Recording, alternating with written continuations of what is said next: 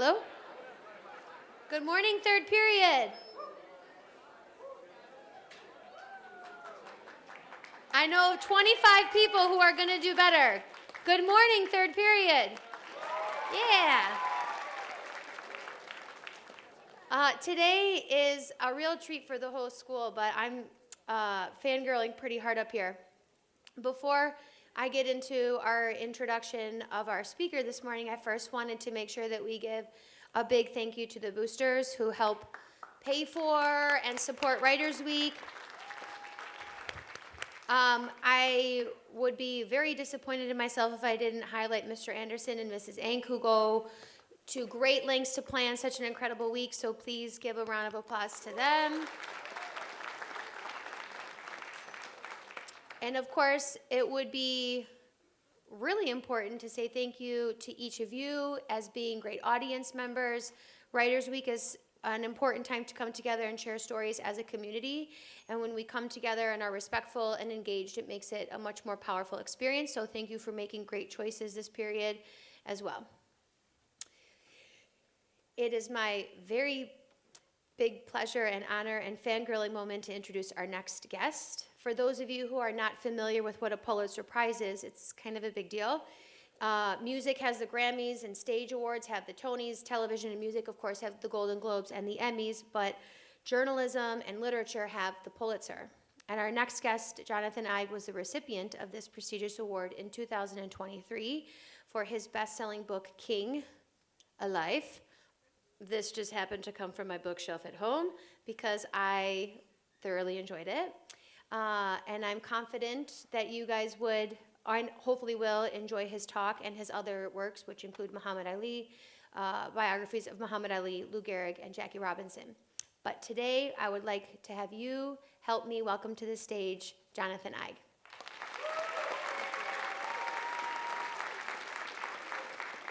Thank you so much. It's great to be here for Writers Week. This is my second time at Writers Week, and you guys are so lucky to have something like this. I can't imagine how geeked I would have been about having something like this when I was in high school.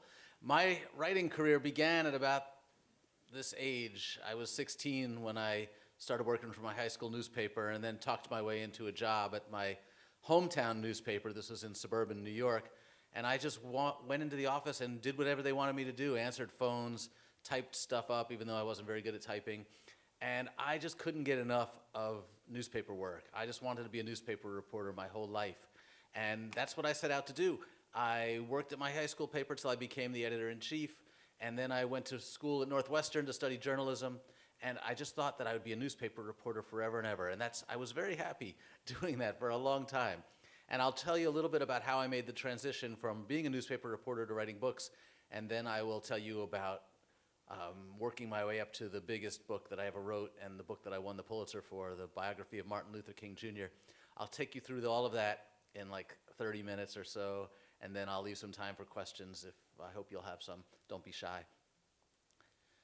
When I started out at this age, I was a shy person, a shy kid. I was afraid to talk to girls, certainly, but really just about anybody. But I found, working for my school paper, when I had a notebook in my hand, I could overcome that shyness, and I could talk to people who I might not have otherwise talked to. And in part because I was shy, I liked the idea of being able to rewrite my thoughts, to find a way to express myself in words that were better than the words that might have just come out of my mouth, and that I had time to compose myself. And I had this opportunity to learn about things that maybe were off limits to me. How did the school budget work? Why did that teacher get fired? Why is there not enough funding for certain clubs when there's plenty of funding for sports, right? I was able to start asking. I could go up to the principal and ask for a meeting to discuss these things. That felt like a kind of power to me. The notebook gave me a feeling as if I had a passport, and I had never been anywhere. I don't think I'd even been on a plane at that point in my life when I was 16. I had certainly never been out of the country, but with this notebook, I felt like I could open doors that had previously been closed to me.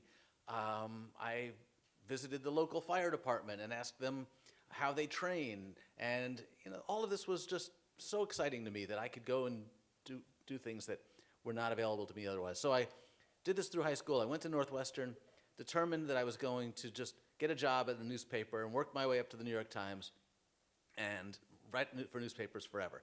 And I have to tell you that I thought at the time that there was no safer business to be in than newspapers.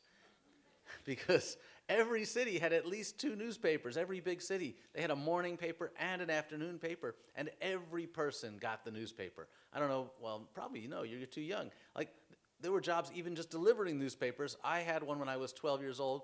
I would stuff, I don't know, I think it was about 80 newspapers on the back of my bike and ride around and throw them on people's porches.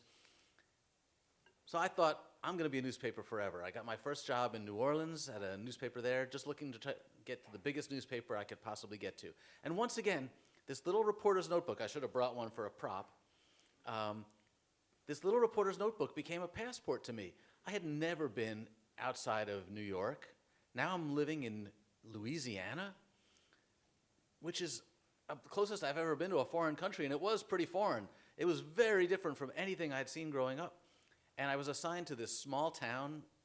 That was my beat, to cover these small towns outside of New Orleans, where there were people who made a living fishing, catching shrimp. How do you catch shrimp? I was so curious. They're so small, how do you catch those things?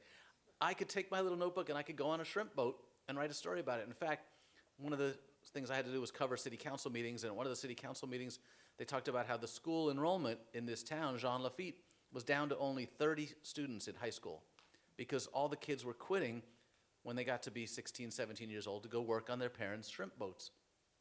This was a real problem because their high school had no seniors. So I thought maybe I could go and write a story about that, and I spent a week on a shrimp boat and learned how they catch shrimp. So again, this is just, to me, the most marvelous, exciting job I could ever imagine. And I worked in newspapers for the next 12 years or so. I went from New Orleans to Dallas to Chicago, where I ended up working for the Wall Street Journal, which had a bureau in Chicago at the time with about 30 reporters in it. And I knew nothing about business. You might know that the Wall Street Journal is a business newspaper. I knew nothing about business, but I figured I'd learn. And that's, again, the beauty of thinking of yourself. I never thought of myself as a writer. I thought of myself as a journalist. I go out with my notebook, sometimes a tape recorder, but often no tape recorder because you're writing on deadline. You often have to file your story the same day. So if you have to transcribe that recording, and this is before the days before AI, if you have to listen to the tape, type everything on the tape, you're not going to make your deadline. You've got to go out, interview somebody, come back to the office, write the story that same day. It's a great way to learn to be a good writer because you're writing every day, sometimes 5 or 6 stories in one day. But I figured I could learn to be a business reporter. I figured I could learn anything. I tried feature writing. I tried investigative reporting. I tried political reporting. The world was just out there for me to try whatever I could do. And at one point, I began to think, I wonder how hard it would be to write a book. I read a lot of books. And the thing is, when you're doing something a lot, and I'm sure that there's something each of you feel passionate about that if you could, you'd spend all your time on it, right? Is that if you could just take one class for the whole summer, or if you could just learn about one thing, or even, if you just wanted to work on your soccer game. If you had, imagine, I know how distracting life is at your age. I know how many classes you're juggling and extracurricular activities. Imagine if you could just focus on one thing all summer long or all year long. Well, as a newspaper reporter who's often writing 3 or 4 stories a day, the idea of writing a book felt like the greatest luxury of all. Could I take a couple of years to work on one thing, to learn everything there is to know about it? Well, it's something that kicked around in the back of my mind. And occasionally I'd be working on a story for the newspaper that felt so interesting to me that I wished that I could turn it into a book, that I could stay with it. But it never really happened. So the other thing that I think you do when you're passionate about something is that you try to see how others are doing it and how you can learn from them. And whenever I would read a book, I would imagine what it would be like to write that book. And I would try to discover the tricks. How did the writer do that? Sometimes I would even just type the book. If there's a book or a page or a sentence that really moves you, try writing it. See how it feels. And see if you can, maybe learn something from that and adapt it, sometimes copy it. I can remember plenty of stories I wrote for newspapers where I was trying basically to steal the style of another writer. Sometimes I would take the sentence structure from another writer and try to write my own sentence with that same structure. In fact, I still do this to this day. I wrote a book about the invention of the birth control pill. I'll get to the books in a minute, but I wrote a book about the invention of the birth control pill, and the first sentence of that book is basically the exact same rhythm of the first sentence of Hemingway's Old Man and the Sea. So it's the same thing that musicians do. You hear something you like, you try it and make it your own. But I was reading books thinking about whether I could someday be a writer and someday be a book writer. And I was reading Seabiscuit. Anybody know the book or the movie? All right, I got a few hands. It's a book, the book is way better than the movie. It's a book about a famous racehorse in the Great Depression. And I was sitting at the dinner table with my wife, talking about why I love this book so much, why it was probably the best sports book I'd ever read. And I was a massive sports fan. As a kid, your age, that's all I would read for fun was sports books, sports biographies. I read them all. And they're all, to me, they all felt a little bit simplistic, juvenile, too focused on the sports. But this book blew my mind because it was really a book about character, about struggling through the Great Depression. The horse didn't even really matter that much. This was a story about underdogs coming together to do something that seemed impossible. It's just a great underdog story. It's like Rocky, but with horse racing instead of boxing. And as I was describing to my wife why this book was so good, I thought, I wonder if I could do the same thing. Take a book about sports, but tell a story about something that's much bigger than sports. Because if you're writing about sports, again, some of this is just like me figuring out the formula. You've got somebody who was covered a lot during their time. An athlete, every time they perform, there are newspapers reporters documenting it. They're being interviewed all the time. They're famous. So you've got primary source material. But you can take what seemed like a simple story and build it into something bigger. And just over dinner with my wife, talking about Seabiscuit, I said, Lou Gehrig, for example. There's a story that could be about much more than sports. It's Lou Gehrig is baseball's greatest first baseman, played for the Yankees, was the strongest man in baseball, strongest and sturdiest, played 2,130 consecutive games without ever missing a game, without ever taking a day off. And yet, at the age of 35, he found out he was dying of an incurable disease that usually killed people in just a year or two. What was that like? That's much more than a baseball story. That's a human tragedy. That's a classic tragedy. It's a tragedy that all of us face. We've all lost someone close to us. We've all struggled we all will struggle with death at some point. How did this great, strong man at the age of 35 deal with the fact that he was dying? What happened to the people around him, to the people he loved? I knew the baseball part of the story would be easy to tell. But could I tell the human part of the story? And that's the moment, really, where I began to think of myself as a book writer. And to try something that maybe felt beyond my reach. And I want to say to you today, no matter what your dream is, maybe somebody here wants to write a book and win a Pulitzer for it. Maybe somebody here wants to compose a symphony. Maybe somebody here the first place to start is with giving yourself permission. If I had said, well, I'm not a book writer, or I'm not really an expert on baseball, or don't I need permission from the Yankees? I could have easily shut myself down. But instead, and my wife encouraged me, she said, why don't you try it? Why don't you see if you can get away with it? Maybe I could be a biographer. I had never been to school to become a biographer. I'd never taken a class or even like an online workshop. Could I teach myself to be a biographer? Would somebody give me a contract to write a book about Lou Gehrig? Well, as my wife said, why don't you find out? And I began in my spare time. I had a full-time job, had a new baby. I began in my spare time researching Lou Gehrig's life and trying to prove that I was good enough to write a book. It took me about 9 months. I produced a 130-page proposal. Here's my plan for how I'm going to write a book about Lou Gehrig. and I sent it out into the world. Now, I had no qualifications. I was working at the Wall Street Journal, so I had some connections, but nobody in my family had ever written a book. I had never met anybody really, I don't think at that point. Maybe some of my college professors had written books, but I was just a nobody sending this 130-page proposal off into the world. And you know what? It was a good idea. And if you've got a good idea, you've got 90% of what you need to take that leap. It turns out that, and I didn't know this, it was a very marketable idea that publishers thought we could sell that. There's a lot of Yankee fans out there. They don't really know anything about how Lou Gehrig struggled with his disease. And there's a lot of people with this disease, or people whose parents or relatives have suffered through this disease. The disease is now named after Lou Gehrig. So that's a part of the market too. So off I went with a contract in hand from Simon & Schuster to write my first book. And I had to figure out how to write a book by doing it. And I was very determined that I was going to not fail at this, but I was terrified of failing, of course. One of the things about being a book writer is that you fail in public.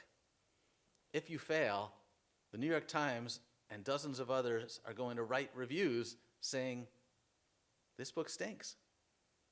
And the fear of having that happen drove me to work so hard. The book took me about 3 years. And the most nerve-wracking part for me, and I'm going to talk about the other books as well, but the most nerve-wracking part for me was what those reviewers might say. And my biggest fear was that they were going to say, well, there's just nothing really new here. We already knew all this from other things that have been written about Lou Gehrig over the years. And I interviewed everyone I could find. I looked for archival material. Eventually I found, and the thing about Lou Gehrig was that he was very shy. He never wrote his own memoir. He never gave interviews, very few. And he had no children, no grandchildren, so I couldn't interview people who knew him very well. No, not even any nieces or nephews. But I found 200 pages of letters that he wrote as he was dying, letters that he wrote to his doctor. And that changed everything. So now I had a really intimate portrait of somebody who we'd only known from a distance. And that made the book a huge success. And it made it to the bestseller list, and now suddenly I had this possibility that I wasn't sure that I could become a book writer and this would be my job, but I thought, I'm going to at least get a shot at writing another book. And to me, the key to making a career of this is choosing the right subject. And I think you'll agree that this is true for your history projects when you have to write a paper, for your English projects. You will end up enjoying these projects, even science investigations. You're going to be happier if you choose a good subject, right? Most of the time when you have regrets about these projects that you take on, these long-term projects, it's that you ended up not liking the subject. So very important for me is choosing the right subject. I need something that's going to keep me interested for 4 or 5 years of research, plus years of talking about it after the book is done. I need something that people are going to find interesting, that feels important and worth spending 5 years of my life on, and something that I think might sell. So if I wanted to write a book about my favorite 1940s jazz tenor saxophonist, well, how big of an audience is there for a book like that? Maybe not so much. If I'm passionate about it, okay, great. I was really passionate about writing a book about how the birth control pill was invented, even though my editor and my agent said there's not a big market for that book. We don't think it's going to sell very well. I decided I wanted to do it anyway, and maybe I proved them wrong. I didn't really prove them wrong. It didn't sell very well. But it's going to be a play in September at the Timeline Theater based on my book. Please come. And I think once people see the play, maybe the book will sell a little better. It's okay. You have to follow your passion as well as, if all you're doing is following your bank account and thinking, what's going to sell the most for me? Well, I'll write another Taylor Swift book, even though there's already 20 of them out there. No, you've got to write. I'm not doing this for the money. I'm not getting rich by being a writer. It's not going to happen. But I am writing, and I love what I do, and I get paid for it. I got to write about something I'm passionate about. My second book was about Jackie Robinson's first season in baseball, in part because the first book was a baseball book, and it sold well, and my editors wanted me to stick with baseball. Then I really wanted to break away from baseball. so I didn't get stuck doing nothing but baseball books. So my third book was about the investigation of Al Capone and why the government, how the government put him away, and how it turned out that they really kind of railroaded Capone, and he was not treated fairly, even though he was obviously a criminal. My fourth book was about the invention of the birth control pill, come to the play in September. And then I wrote a book about, and I began to think like, all right, I'm getting good at this. I know how to write a book. What's the most ambitious, most challenging, most important book that I can possibly write? And really, that's the same mentality that I would use as a newspaper reporter. What's the most important story I can write? How am I going to get on the front page? As a newspaper reporter, there's a very objective standard for your success. Now it's how many clicks am I going to get?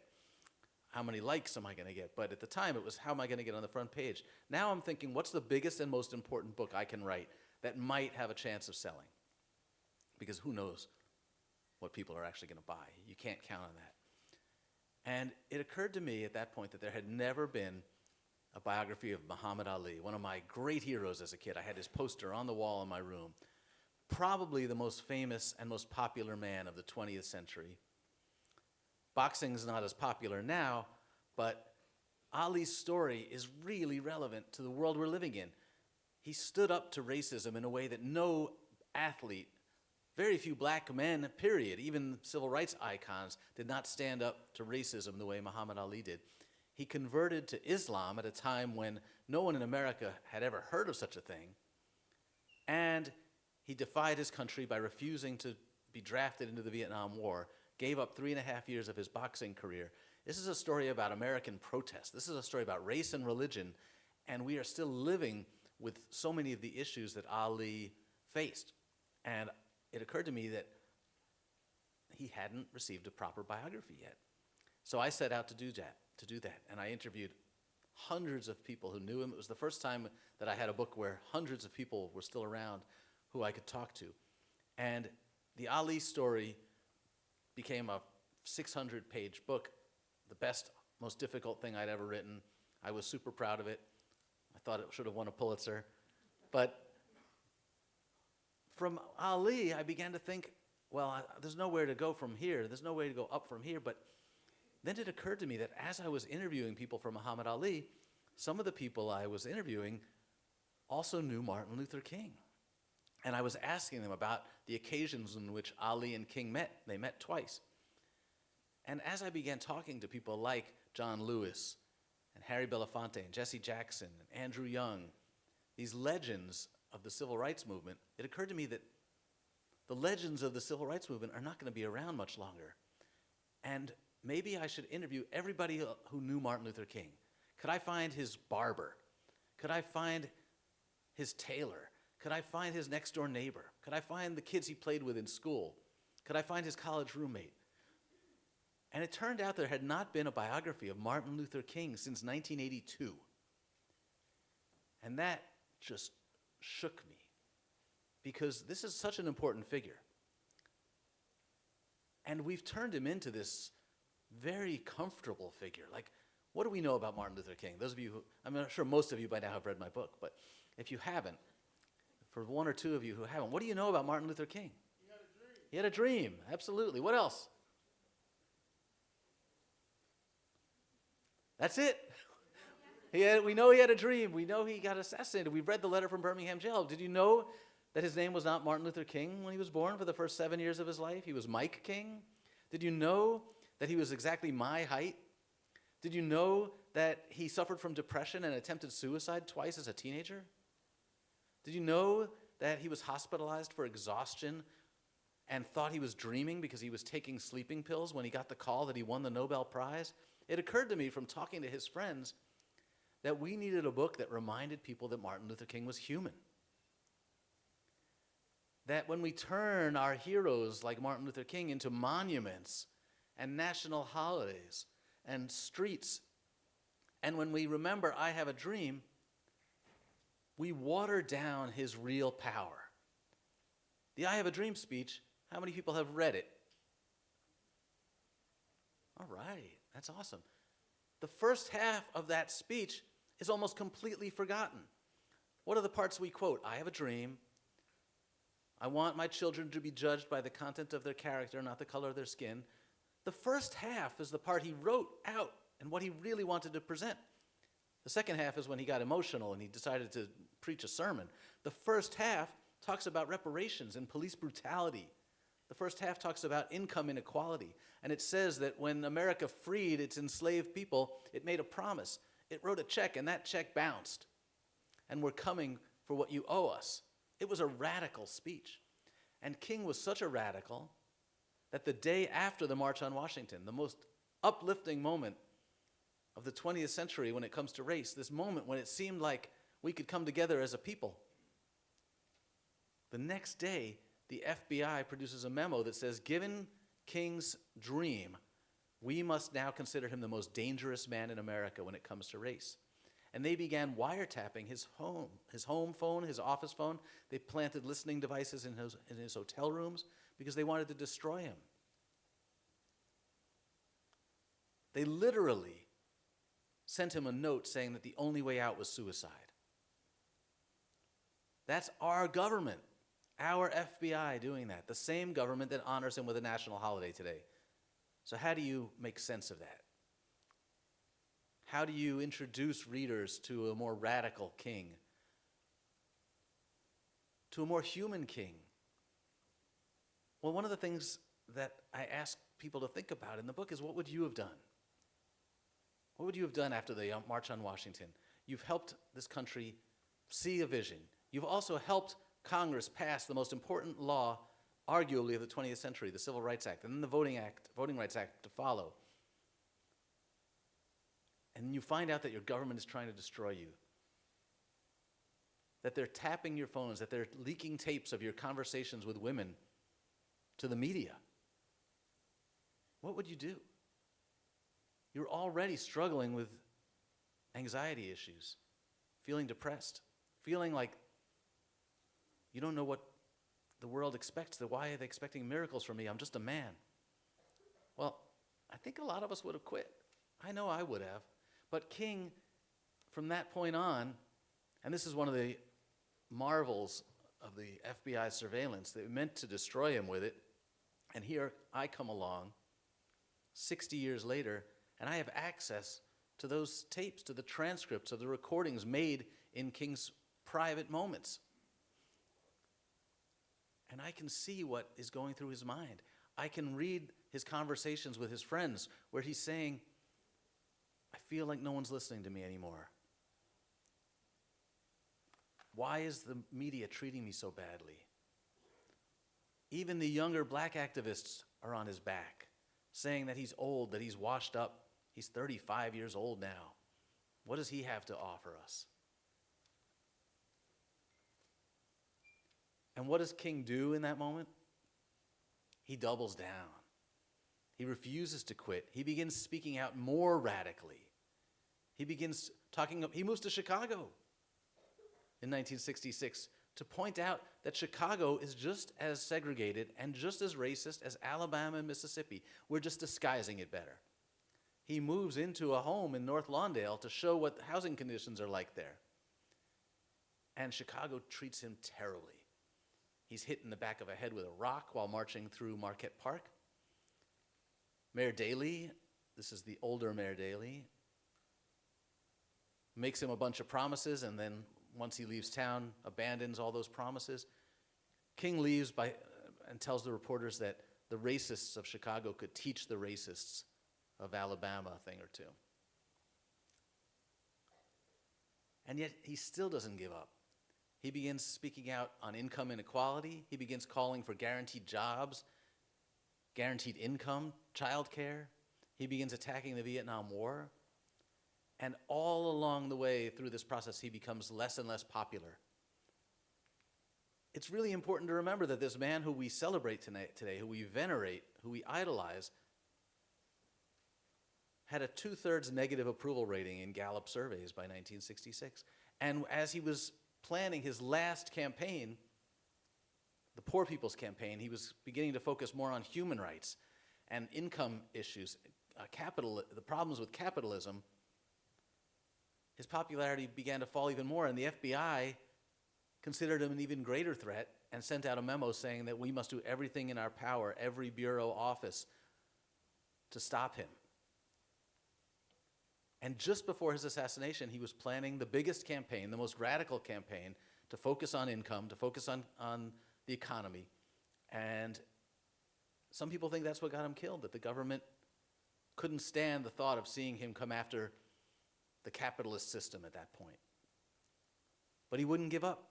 And on the last night of his life, he gave this speech, and I'm going to close here with just a couple more comments and then take your questions. But I want to remind you that King, on the last night of his life, was in Memphis, as you know.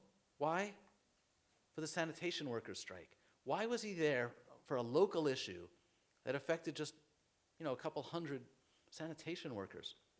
It was because he was trying to make the point that all of us are the children of God. And if he's talking about issues of income inequality, if he's talking about human rights, then he has to be there for these sanitation workers. And he says on the last night of his life that if he could have lived at any time in human history, that this is the time he would have chosen. When he saw the struggle, when he saw the people fighting for justice, and that he might not live a long life.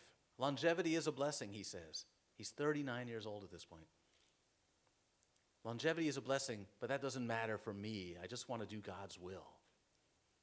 And he says that he believes that together the people will reach the promised land. I may not get there with you, he says, but we as a people will reach the promised land. And the next day, he's standing on the balcony of the Lorraine Motel, and he's shot. And his last words to his driver in the parking lot below, his driver said, "It's getting kind of chilly. You might want to go in and put on a jacket." And he says, "Okay, I will." His last words were, "Okay, I will."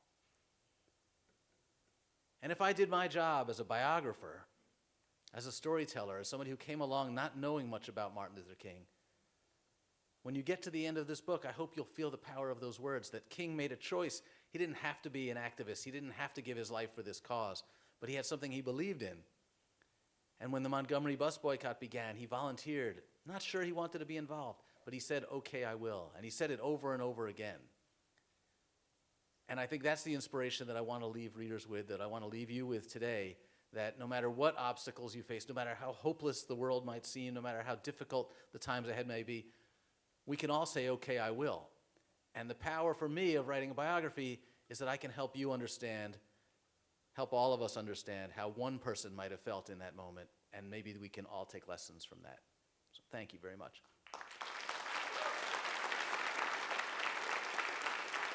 Thanks. Thank you. So I've saved us some time for questions. I can tell from looking at this group that there's going to be a lot of really great, smart questions. Yes? If I remember correctly, in his autobiography, Malcolm X thought that the March on Washington wasn't effective. What did King's camp think about it? Yeah, great question. Malcolm X was constantly mocking King. He called it the farce on Washington. He called King Reverend Dr. Chicken Wing. Malcolm X made a point of trying to paint King as the weak, equating pacifism and weakness. And King never really responded to that. And by the end of their careers, they both started to actually come together quite a bit. And James Baldwin wrote that they were almost indistinguishable in their philosophies by the end of their lives. And Malcolm actually went to Selma to try to meet with King at one point, and when he got there, King was in jail. But I want to use this opportunity to tell you a quick story, because one of the things that you can do when you have 6 years, this book took me 6 years, is that you chase down every possible angle. So for Muhammad Ali, I counted how many punches he was hit with over the course of his entire career. It was 200,000.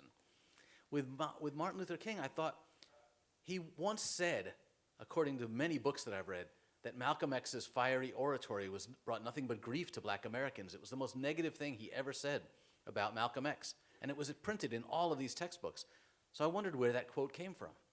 And it turned out it came from a magazine article, Playboy magazine. King did an interview with Alex Haley for Playboy magazine. It was the longest interview King ever gave. So I thought, well, let's see what's on the tapes. Maybe there's some other stuff that didn't make it into the article, because I have 6 years. I can chase down everything. So I found the original copy of that interview that King gave to Alex Haley for Playboy magazine. And it turned out that he never said that. The quote was entirely made up. And when asked about Malcolm X, King said, "We're both fighting for black dignity." The magazine changed the quote. So I feel like one of my important jobs, and all of us have a responsibility not to believe everything we read.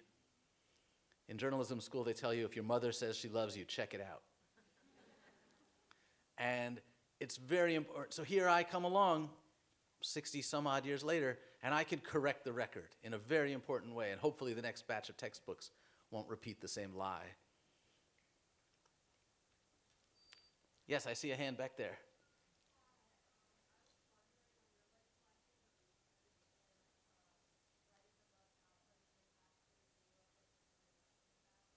Yeah, great question.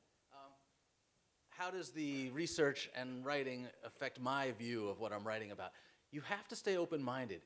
You have to be really, like when I write my proposals for these books, I know that they're not going to be good. If I'm not learning new stuff as I go along, if my opinion about my subject isn't changing, then I'm not doing my job. And as a result of that, your feelings are going to change. There were times where I really hated Muhammad Ali because I found out how he was treating his wives. And there were times where I became really angry about how the FBI was treating King because I was writing this as the George Floyd protests were happening, right? So we're human. We have feelings. You have to stay open to being wrong about what you think is important. You have to stay open to writing critically about subjects that you come in really admiring. You know, when I found those 200 pages of Lou Gehrig letters, I thought, oh no, what if I find something really terrible in these letters? What if I find out he was a Nazi? What if I find out he was a Boston Red Sox fan? You know, that's going to shake my worldview, but I have to be honest, and it's very important. You know, some people said to me, why did you need to put the details of King's sex life in the book? And I think it's very important to be honest, because why should you trust me when I write about the good things if I'm not going to share the bad things? It doesn't mean I have to sensationalize them, and I don't have to focus on them any more than necessary, but I think one of the things that you're trying to do, if you're asking someone to stay with you for this 600-page journey or to listen to a 23-hour audiobook, is they really better trust you, or they're not going to stick around. It's hard for me to see hands, so you know, feel free to make some noise if I don't see you. Oh yeah, hi. You said when you about writing your first book, the fear of bad reviews made you work even harder. I think I could be wrong, but the fear of like doing new things that you've never done is what stops a lot of people from doing those new things. So how did you push through and work even harder with that fear? Yeah, the question was, you know, how do you push through when you're afraid of trying something you've never tried before? Well, what's the biggest risk that would come to me if I failed? I'd get a bad review, and it might be written in the New York Times that somebody says, this guy's just not a book writer. Like, he should go back to journalism. And there was one review that actually kind of said that, like, that his writing's kind of boring. And I was working at the Wall Street Journal at the time where they really teach you to write in, like, very gray language, like nothing flowery. And that hurt, you know, that review hurt me, but it was probably true. Like, I think I've become a better writer. But so what? Like, you take your best shot, and if you're good, and you got to believe in yourself, and what's the worst thing that could happen? Like, somebody says, no, you're not good enough? Well, maybe I'll get another chance to try again, maybe not, and it's good, you know, okay, you're right, I'll go do something else for a living. But even with the King book, a lot of people said to me, I'm not sure it's a good idea. Like, you're taking on a national hero, and you're going to talk about his mental health, and you're going to talk about his struggles with his, you know, marital infidelity, and you know, white person writing about these negative things about a black person, that could come off badly. And I just thought, well, so what? What's the upside is that I could be Martin Luther King's biographer. I could write the best book ever written about Martin Luther King, or I could be trashed for writing a mediocre book about Martin Luther King.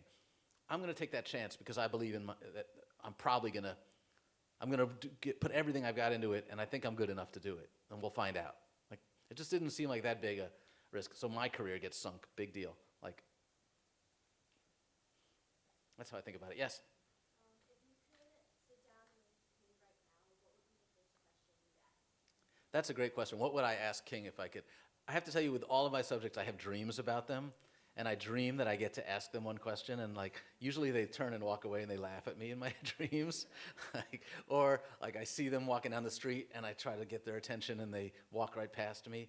But I think I would ask King about his religious faith.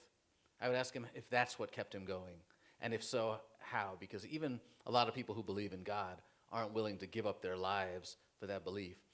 And I'd want to talk to him about his faith, I think. And if I can't see you, please make some noise. Here in the front. Okay. Oh, hi. What would you write about now if you had the chance? Well, I do have the chance. And in fact, winning the Pulitzer was great because it felt like I could write about whatever I want next, and my editor's not going to say no. And my kids were actually saying, Taylor Swift, Taylor Swift. But I'm writing about somebody, not everybody's going to know this name. I'm writing about George Soros. Raise your hand if you know who he is. Not a lot. Okay, so I'm going to have to do some work in selling this book. He's probably one of the most hated men on earth. So I'm going from one of the most beloved, iconic, idolized men on earth to one of the most hated. He's one of the richest men on earth, and he's given away something like $40 billion to fight what he says is fighting for democracy. Some people think he's fighting just for liberal democratic causes. And he's a Holocaust survivor who was basically the king of the hedge funds in the 80s and 90s and has given away $40 billion to try to fight to create his view of what the world should look like, which is basically trying to stop authoritarianism. And that's the way he describes it. And it's the first time I've written about somebody who's still alive. He's 95 years old, so I've been able to actually spend some time with him. We have time for one or two more questions. Oh, I see fingers pointing. Okay, I see fingers pointing over there. Hi.